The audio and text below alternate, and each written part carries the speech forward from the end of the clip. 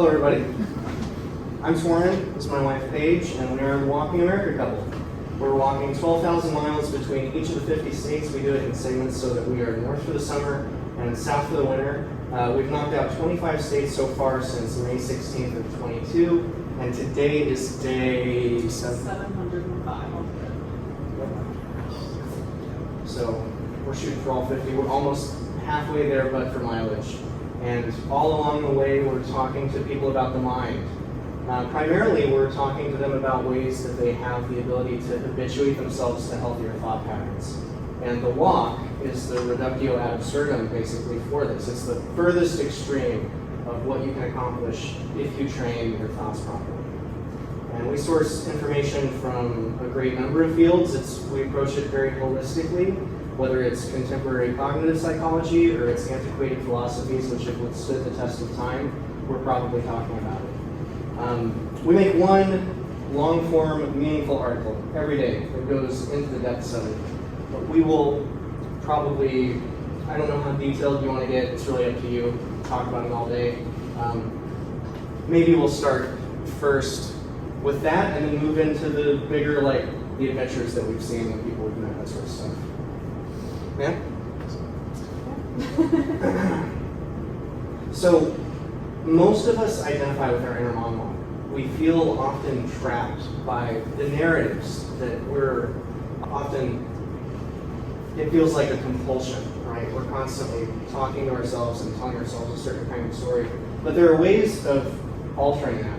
So in psychology, one of the most useful tools is cognitive reframing. And this is just the way that we talk to ourselves. So we interact with hundreds, thousands of people. We've actually slept in over 400 strangers' homes.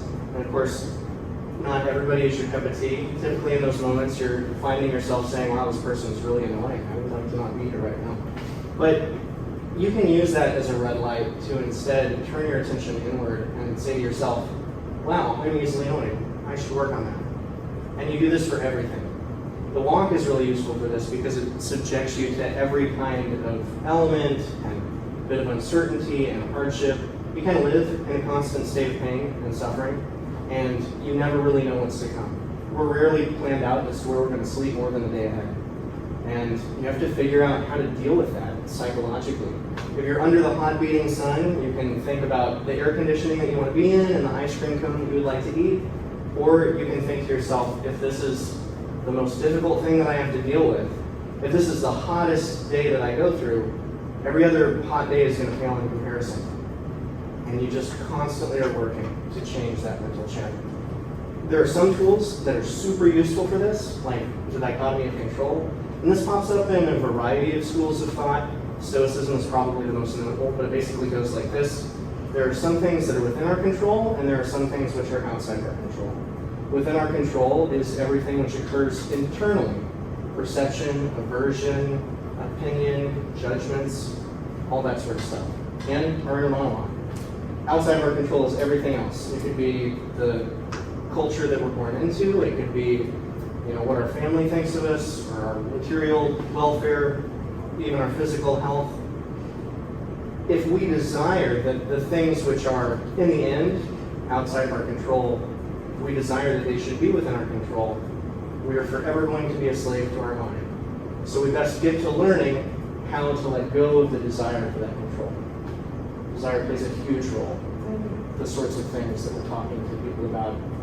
Most of us go through life chasing after the object of our desire. We want that new car, we want the comfort, we want the air conditioning, we don't like not showering. We walked to Wyoming and Montana this summer, and we went through a 95-mile stretch and 125 miles without anything. So we were shipping ourselves food, and we had to carry over 140 pounds of water with us, and it's not super comfortable. But you can let go of those circumstances and being outside of your control. You can talk to yourself in a totally different way, and we had quite a pleasant time doing it. But that's largely because we don't chase after the desire itself. We try to nip desire in the bud. And the reason that the walk is so useful for that is because it forces you into situations where you don't have anything to choose, you're just stuck there. And so you can either deal with it or you can cry on the side of the road, but you're out there either way. One of the big things that we try to do is we always make sure that we're dropped far enough away from home that we don't have the ability to turn around. So we got to get at least an hour away from home before we start a new segment. And that's largely beneficial because it forces you into becoming. We also get to experience lots of super incredible stuff while we do this, which I'm sure Paige would be happy to talk to you about because I filled a bunch of the airspace. We've talked to just about every kind of person. We've shaken thousands of hands. Like I said, probably stayed in 450 strangers' homes by now. We've stayed with poor and rich, left, right, religious, Buddhist, witch. We've slept in a camel farm, inside of a museum train caboose, inside of churches and businesses, under bridges on the sides of mountains, and it's been just about anywhere you can think of. We probably slept. We stayed with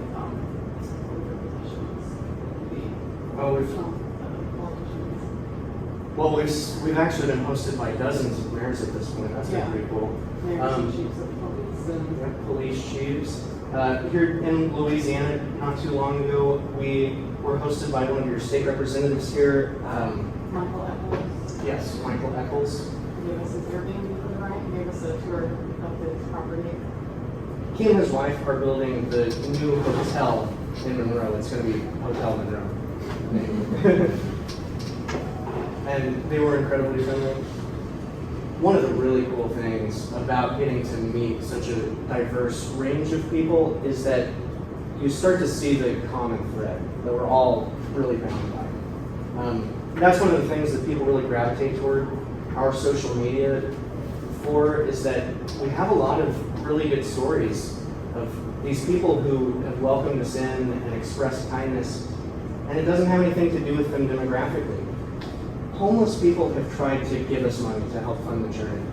We've been hosted by incredibly poor people and incredibly wealthy people, and just from every end of the spectrum. And part of it's because the walk itself shares this kind of common theme to every person. We're walking altruistically to do our best to improve the world, and people see that and they gravitate toward it. And so often when we start getting to know each other, we're asking, we're asking about a person's politics or their religion, but the walk is the starting point in conversation that allows us to reach common ground before we ever approach any of those sources of division. And we've been able to make friends with basically everyone who's ever hosted us, which is a large sample size. And sometimes it's not that you just get along perfectly. There's people who have been a little rude or ready to flip, but we've learned to de-escalate and find common ground and not let it get to us. It is difficult, but it's definitely something we can learn. And there's a lot that you can do to become more resolved in your lack of offense. I mean, offense really is the responsibility of the offense holder, and you just don't have to be subject to it. You don't have to let things get to you in that way. I mean, we live in a hyper-offended society, and it really doesn't have to be that way. I don't think anyone's ever offended us on the walk. Yeah, I don't think so. We were just telling a story recently. There was one gentleman who, he was going through the normal questions that people ask whenever they start to get to know you. And he's like, you know what? You guys have been hosted by so many people. I know you've been asked all these questions before. And we're like, no, it's okay. It's just like a feature of the journey. He goes, I'm going to ask you a question you've never been asked before. He spent the whole night trying to think of it. He did. He succeeded. I probably won't repeat it here in front of a large audience. But still not offended. I will say that. Appropriate, not offended. His wife said that she had to be rude. I would love to know, do you guys have any questions for us? What would you like to know? This journey's been, All right. Yeah, so obviously y'all have a passion for traveling and this idea of the walk. How did those two merge together, and how did y'all go at it together? Or did y'all do it separately, or did you invite her, or did you invite him into it? How did that start?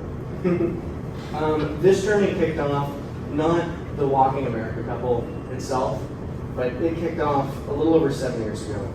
I had worked for corporations my entire life. I was wearing a tie to work every day, and I was miserable.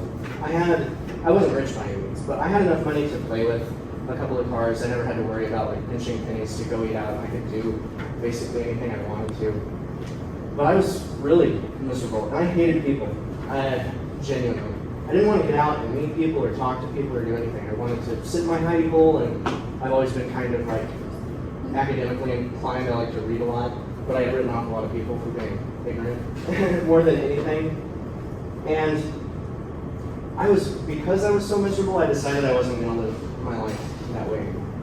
I finally pulled the plug on it, and I got rid of everything I owned and backpacked a few hundred miles to the mountains, just as a hard reset to figure out, what it really was that led to contentment. And it was interesting because, like, in that journey, I didn't have the seasonal water source that I thought I was about to be approaching, so I got super dehydrated. I sprained my ankle. I had overpacked significantly, and I got lost a couple of times. There in the mountains, like 12 hours from home. And I sat down to one meal after several hard days. It was just dehydrated refried bean flakes that I had reconstituted and some like instant potatoes. And they just about brought tears to my eyes. I was euphoric over it because I had struggled so hard just to reach my camp spot that night. And I had never subjected myself to anything like that before. And the joy was overwhelming.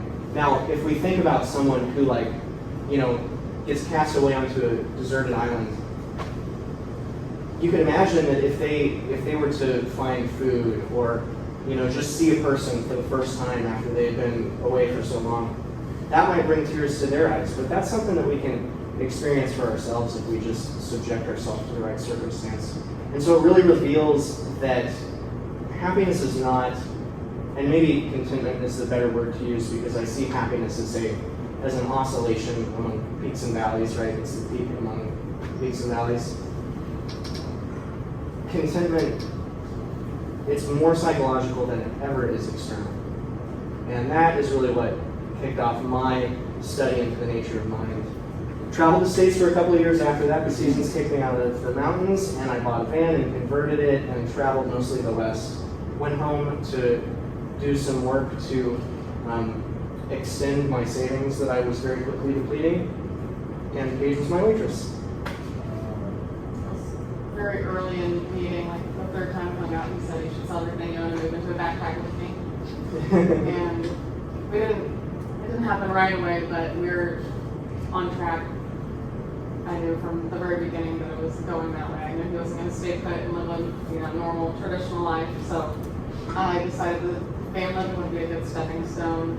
And we lived together and saved up money for a while. And we moved into the van for about a month and a half. And we were sitting playing in sand one really hot day, talking about how frustrating and difficult it was to just make enough money just to drive around and dump all the money into the gas, and then it wasn't the adventure or the challenge that we expected, and it wasn't fulfilling. We weren't connecting with people, so I decided that I was finally ready to do something on foot, and within an hour we made a loose plan to go home and start walking from Missouri across Kansas into Denver, Colorado.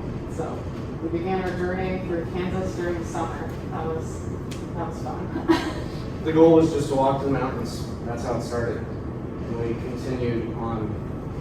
Yeah, it was going to be more like a through hike kind of in nature, but on pavement, because we think he's a border collie, our puppy, who's outside of our house right now. He is very old, so he has to ride on our cart, so we have to be on roads. So that's kind of shaped the journey. First, we want to be like secluded in the mountains, and we didn't think we were going to be very social or being helped by a lot of people. And we began walking, and when we get to a town, we would call like the first place we ever called was a church. We asked if we could camp there. The second church says, "Oh no, you can come sleep in our parsonage." And then the secretary brought us a little feast of homemade food, and then he connected us to another friend on the road who invited us to sleep inside. And next thing you know, it was growing into something that we never expected it to. People were inviting us to sleep in their homes when they couldn't Google us or look at our Facebook. We didn't have any of that. So for all they knew, we were going to rob them and kill them in their sleep or something. And it was really changing our perspective on the world. People are way kinder and more loving than we ever thought they would be. The Walking America couple is really something that inadvertently fell into place. We had started just establishing this trail of breadcrumbs as we walked across the country, and awareness for it grew until we became what we are now. Awesome, for sure. It was something that we never really thought it was going to. We thought it was going to be more like a through hike, and it all kind of stemmed from the fact that our dog was forcing us into the lane with traffic because he couldn't walk as far anymore. Any other questions? Do you ever think that the human could actually reach full fulfillment with everything? I think we would have to define fulfillment according to certain parameters, and I don't think so. Our state is constantly regulated by our environment and our previous experiences. There's something known as hedonic adaptation, and it describes the way that happiness stabilizes in relation to whatever it is that you're acclimating to. So if you gain all of the comforts for yourself in the world, you'll notice that the richest people who have all the comforts aren't necessarily that much more happy for it. And that's known as hedonic adaptation. Happiness begins to flatline eventually. And so psychologists have developed a means of preventing this, known as the hedonic adaptation prevention model.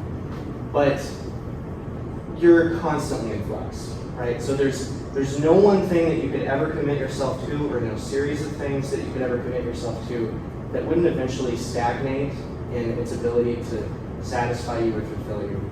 I think the human condition really is all about the fluctuations in experience at the end of the day.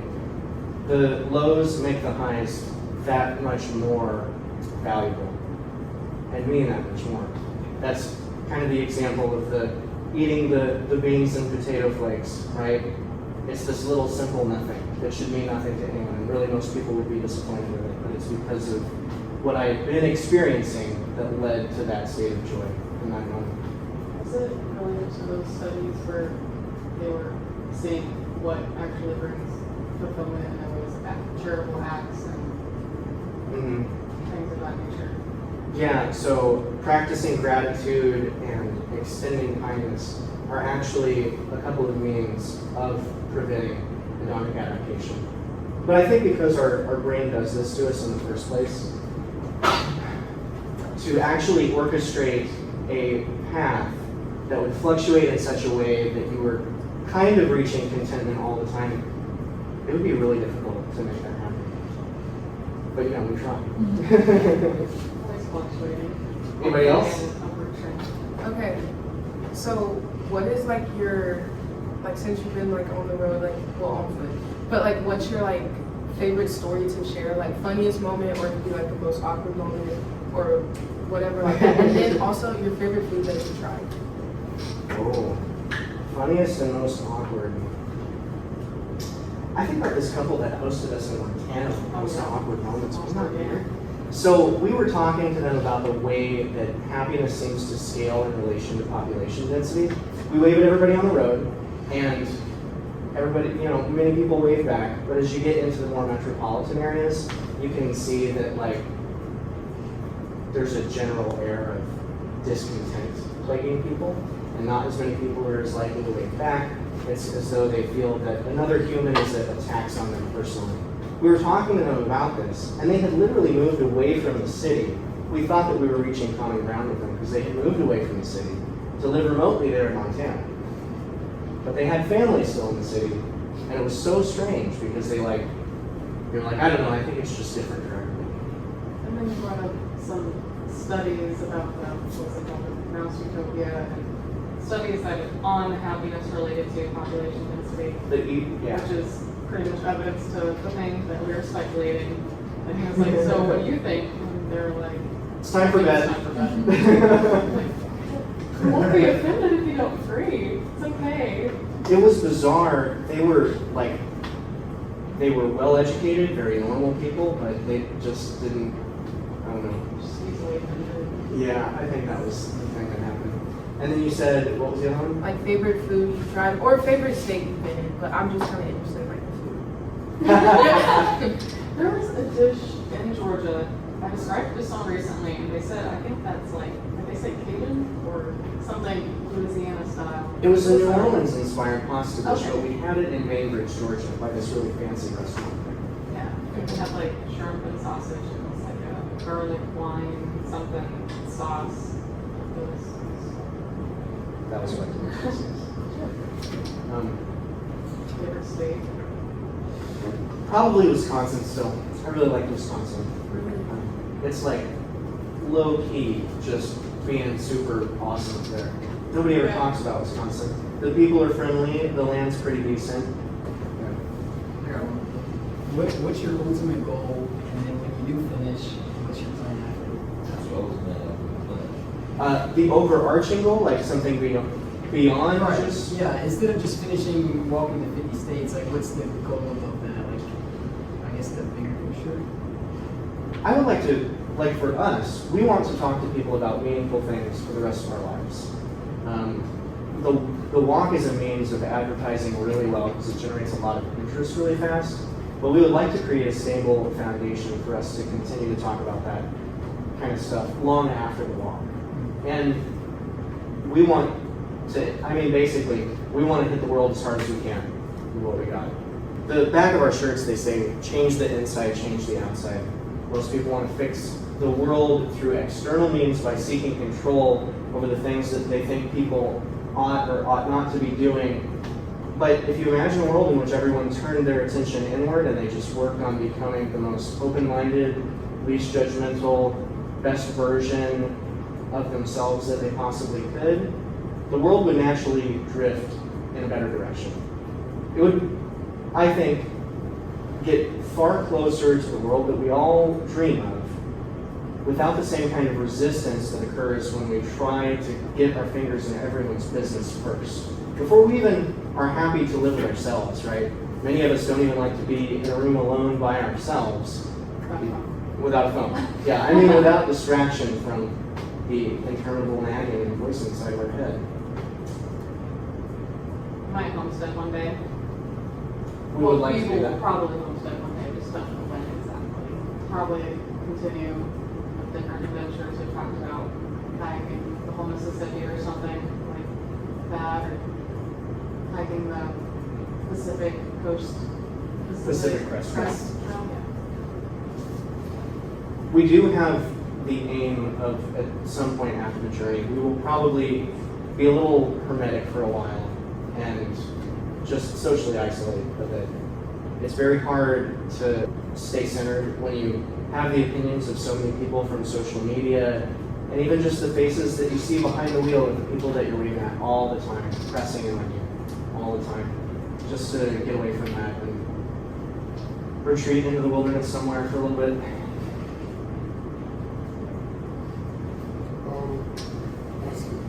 Are there like little patterns that you see you notice that people from specific geographical like locations, for example, states like possess or something, or like say kind of like the behavior or I don't know, yeah, just general ways people act based on their states or something like that that you've like visited or something like that. What do you think?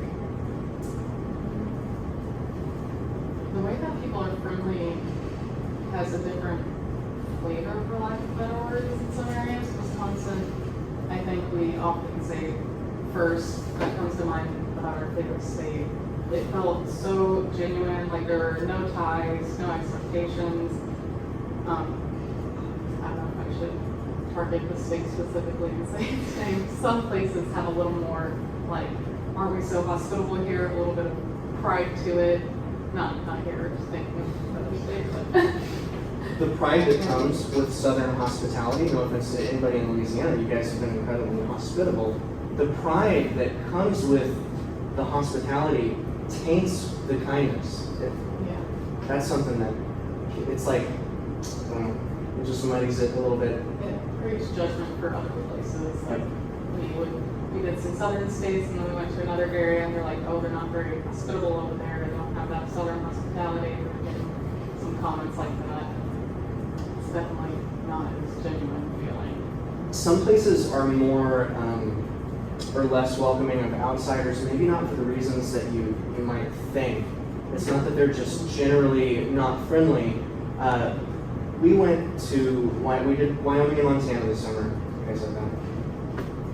There's this weird thing that's happened.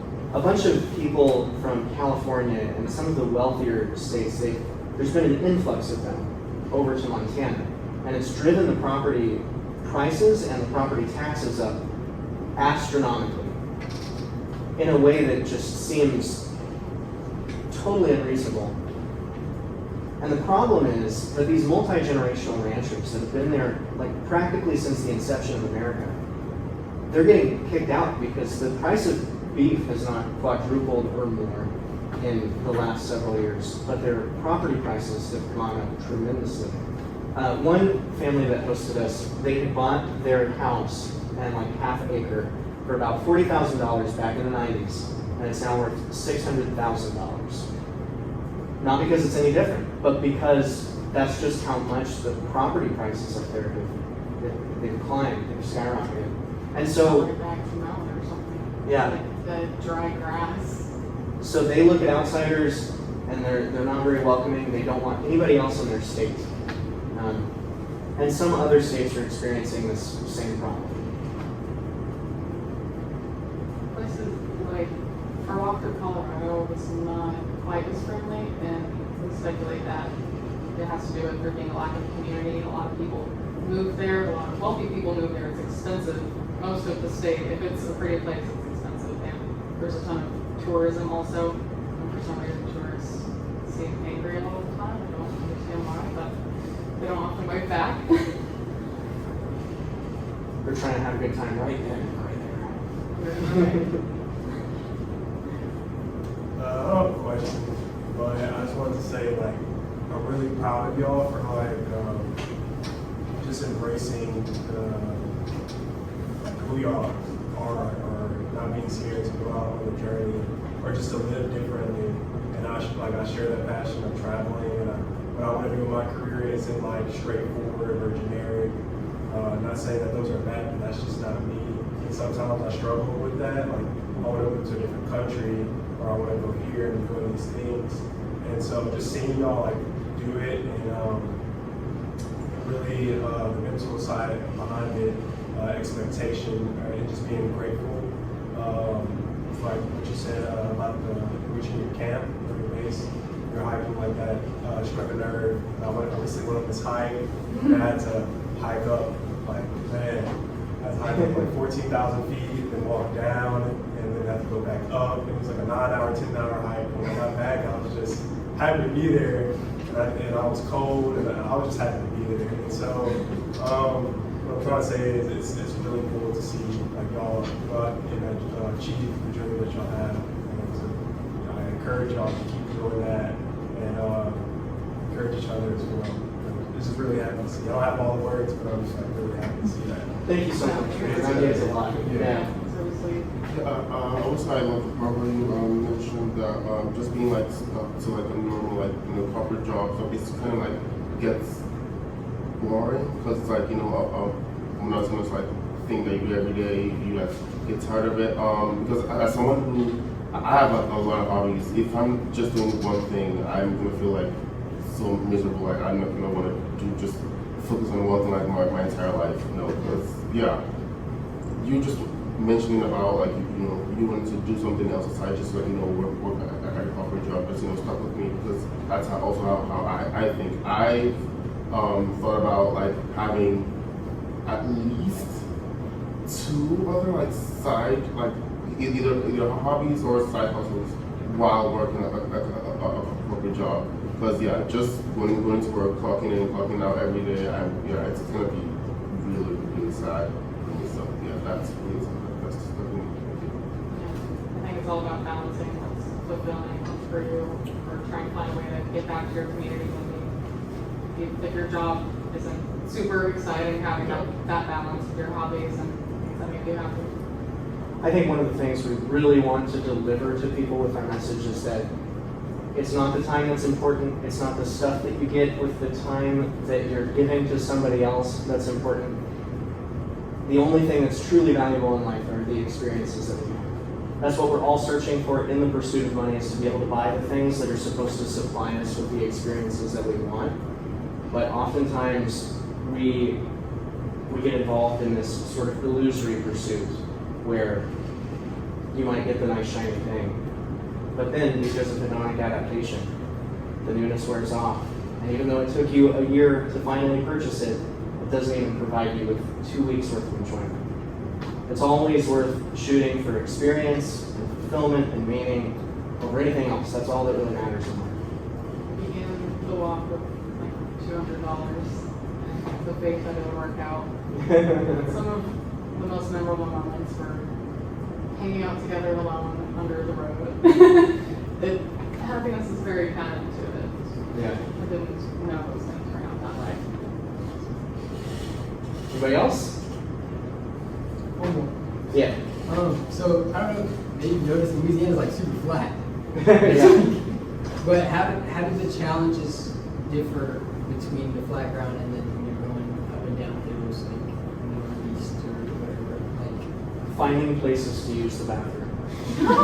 There's this body of water that's always in the way of the forested area that you're trying to tuck away in. Yeah, it's because of your marshy, swampy stuff that you guys have going on down there. It's been hard to find places to go to the bathroom. But it's been an easy push. We appreciate the flat land. It's not as pretty as the mountains, but you're not even looking at the view when you're like dying trying to push up the mountain that look good. Weird angle.